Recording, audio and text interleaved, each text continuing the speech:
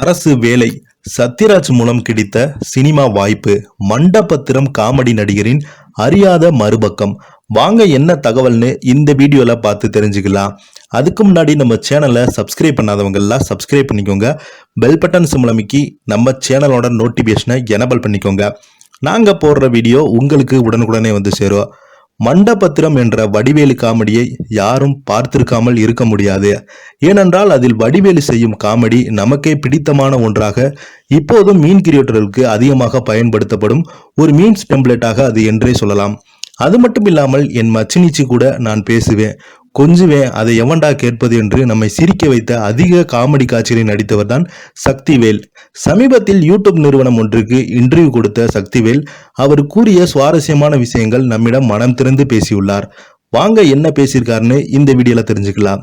நான் பள்ளியில் 9th 10th படிக்கும்போது பள்ளியில் வாலிபால் பிளேயராக மாறி அப்படியே டிஸ்கிரிட் டிவிஷனல் என்ன போயிட்டு வந்தபோது 11வது படிக்கும்போது ஸ்டேட் லெவலில் நடந்தபோது ஸ்டேட்டில் சென்றிருந்தேன். அதுலேயும் செலக்ட் ஆகி 11 12வது வகுப்பு படிக்கும்போது ஸ்டேட் மேட்ச் ஆடி கொண்டிருந்தேன். அதன் பின்பு ஸ்போர்ட்ஸ் கோட்டாவில் காலேஜில் சேர்ந்து காலேஜில் படிப்பு முடித்தவுடன் இன்கம் டேக்ஸ் ஆஃபீஸ் இந்தியாவின் அவர்கள் வந்து என்னிடம் ஸ்போர்ட்ஸ் கோட்டாவில் அவர்களே வந்து ஃபார்ம் கொடுத்து ஃபார்மை நிரப்ப சொல்லி ஜாயின் பண்ண சொன்னாங்க. அப்படியே தான் நான் அரசு பணியில் சேர்ந்தேன். அப்போதுதான் சத்யராஜ் அவர்கள் எனது ஆபீஸ் வழியாக வந்தாங்க.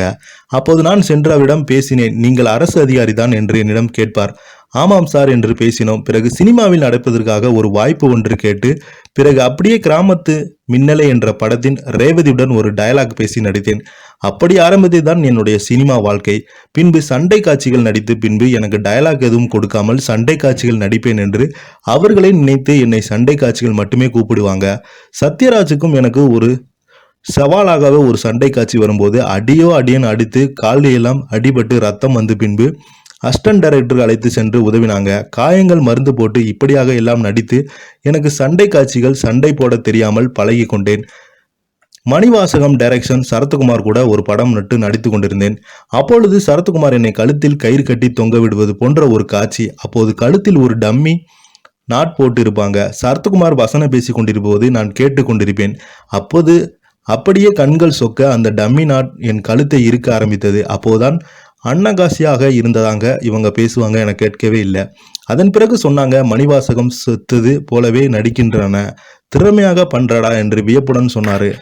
சில நாட்களாகவே படங்களை நடிக்காமல் இருந்தேன். அடுத்து நான் ஒரு ஜிம்மில் சேர்ந்தேன். அப்போது சுந்தர்சியும் அதே ஜிம் தான் வருவது போல. அப்பொழுது நாங்கள் இருவரும் பார்த்து பேசிக்கொண்டோம். என்னை விசாரித்தார், நானும் நலம் விசாரித்து பின்பு 2 என்ற ஒரு படம் இருக்கிறது, அதில் வடிவேலுக்கு காம்போவாக காமெடி சீன் இருக்கும், நடிக்கிறீங்களா என்று கேட்டார்.